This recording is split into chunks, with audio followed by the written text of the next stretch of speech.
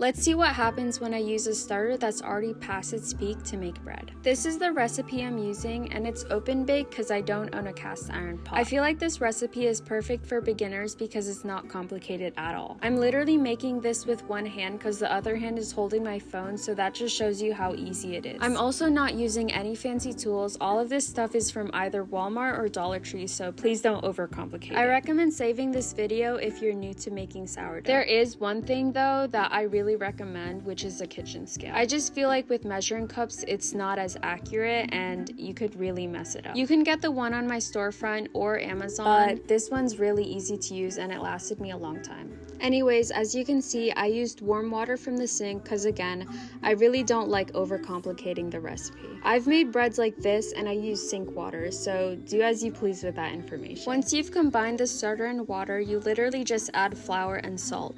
It's so easy. I guess the only thing you have to worry about is timing and also taking care of your starter. If anyone cares for a video about that, then please comment. One thing you have to make sure of is that your bread flour is unbleached. If your flour is bleached, all the healthy bacteria and proteins that makes the bread rise is dead. So don't make the mistake I made the first time I made bread and I was wondering why it wasn't developing any gluten. Now you add salt. I usually prefer sea salt or Himalayan, but I didn't have any on hand. Once you add 10 grams, just take your bowl off the scale and mix until a shaggy dough forms. Then, once most of the flour is combined, you cover it with a towel or plastic wrap and place your dough in a warm spot for 1 hour. I usually put mine in the microwave or oven with an oven light on. Obviously not with the oven actually on, but just the oven light. After waiting an hour, you're gonna do your first set of stretch and folds. Please ignore how badly I did mine. I was doing it with one hand. I'm not gonna lie, I only did one set of stretch and folds because I was so tired. It was already 2 a.m. so I decided to just put